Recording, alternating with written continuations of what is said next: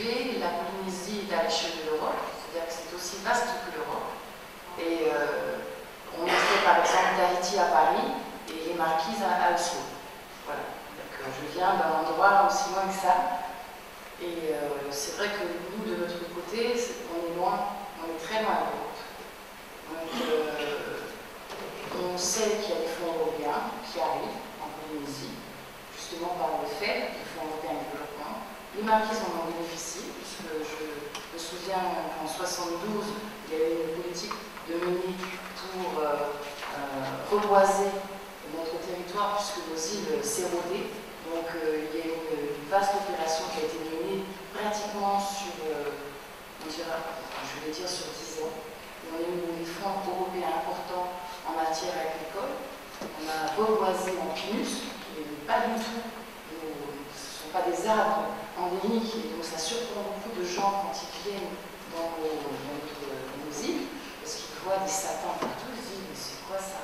On se croirait, je sais pas, voilà. Vraiment ça les étonne, mais c'est vraiment, là en cela, il faut remercier le Fonds européen parce que ça a contribué à donner du travail aux gens pendant une dizaine d'années.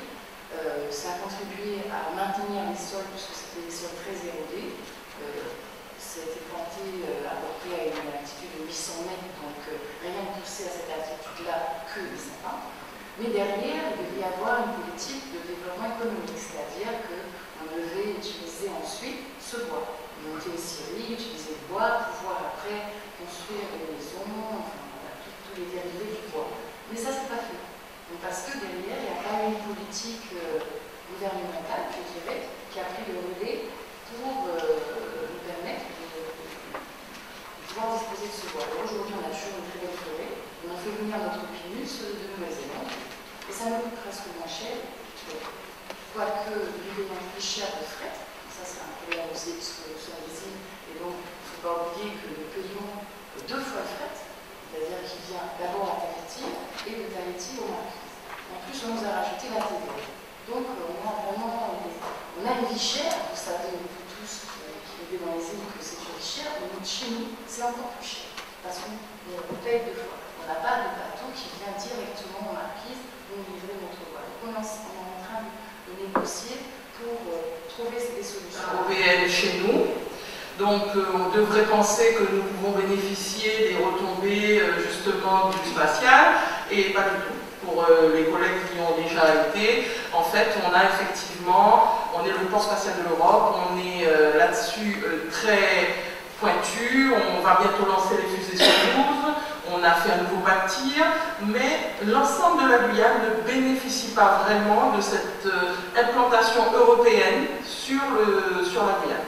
Et donc, effectivement, moi, si on veut parler un petit peu de ce qui serait intéressant pour le territoire, c'est que l'Europe qui est présente physiquement pour le fait en Guyane n'a pas l'impact attendu sur le territoire. Alors, c'est le plus grand employeur, d'accord, il emploie 2000 personnes, ok, avec les sous-traitants et tout, mais malgré tout, les infrastructures ne sont pas à la hauteur de ce qu'on peut attendre, les routes ne sont pas à la hauteur de ce qu'on peut attendre, la sécurité du territoire n'est pas à la hauteur de ce qu'on peut attendre, et donc, effectivement, si nous parlons d'Europe, nous, on est dans une situation quand même un peu très, enfin, la plus atypique, parce que chez les autres, l'Europe n'est pas présente physiquement tous les jours, tandis que chez nous, quand il y a un vol, vous avez les instances européennes et les instances des différents pays de l'Europe qui viennent.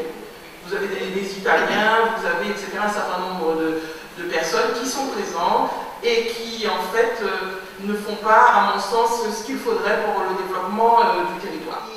Donc, moi, maire de Pamandzi, donc pour ceux qui ne connaissent pas Mayotte, c'est là où atterrit l'avion. Bien que l'aéroport est écrit aéroport de Dzaoudi, mais bon, c'est quand même à Pamandzi. En fait, Mayotte, notre problématique européenne, on va dire qu'elle est un petit peu lointaine, puisque nous sommes, ou je dirais plutôt, nous allons être le dernier bébé des départements d'outre-mer, puisqu'on vient de voter le 29 mars, comme vous le savez tous, à 95%.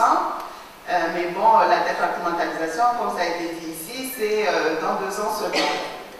Donc, notre souci actuel, c'est déjà de se battre pour obtenir les mêmes droits que les autres Français, bien qu'on nous dise qu'on devrait avoir aussi les mêmes obligations, mais nous autres Mahorais, on a l'impression que les obligations, on les a déjà. Il ne nous reste plus que les droits. Et donc, dans un second temps, donc effectivement, Européens, oui, nous aspirons tous à être des Européens, mais des vrais. Comme on a toujours dit aussi à Mayotte, qu'on aimerait être des Français à part entière, mais pas à part, tout simplement. Et donc, je pense que pour les élections européennes, oui, les Mahorais vont répondre massivement, puisque pour eux, ils se disent qu'on va peut-être pouvoir émerger au même temps européen que les autres. Donc, dans ce sens-là, je pense qu'ils vont répondre oui aux élections, mais cela dit, ce que je disais à quelques collègues, que c'est une problématique qui est un petit peu lointaine, de façon que même moi, élue, je n'ai pas tellement compris comment ça fonctionnait déjà, ces élections, pour pouvoir les expliquer à mes électeurs. Donc, je crois que, voilà, je pense qu'on aura à discuter plus tard. C'est la proposition du président Vergès au lendemain de son élection.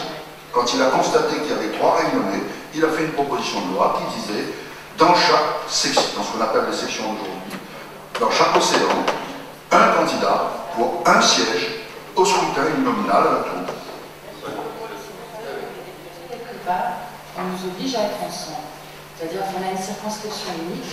Justement, peut-être qu'il faut le voir positivement, même si c'est compliqué, pour dire qu'il faut qu'on travaille ensemble sur des politiques communes.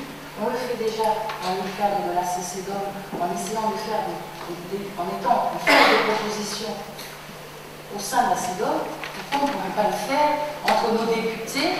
Et comme vous disiez tout à l'heure qu'il faut que les députés nationaux, les députés de chaque région et les députés européens se rencontrent, je vous appuie totalement et je voudrais aussi, pas seulement par région, mais pour l'ensemble de l'outre-mer. C'est-à-dire que nos députés à l'Assemblée, les députés nationaux, puissent se rencontrer avec nos députés européens, justement pour qu'ils soient une force de proposition de la même façon qu'avec la CEDOM. C'est la seule association qui regroupe l'ensemble de l'outre-mer. Et il faut aussi qu'au niveau des députés européens, aujourd'hui on a cet avantage-là d'avoir une circonscription unique. Et il faut en profiter pour dire que nous soyons une force de proposition. Moi là, vraiment, je vous rejoins pour qu'il y ait plus de coopération entre nos régions, entre nos pays, même si nous sommes 3 océans, pour que justement, quand on voit à La Réunion que vous avez développé des énergies renouvelables, ça puisse profiter aussi à d'autres pays d'outre-mer, à d'autres collectivités, pour qu'elles avancent plus vite aussi dans ces domaines-là. Et c'est ça, c'est là-dessus qu'il faut qu'on travaille.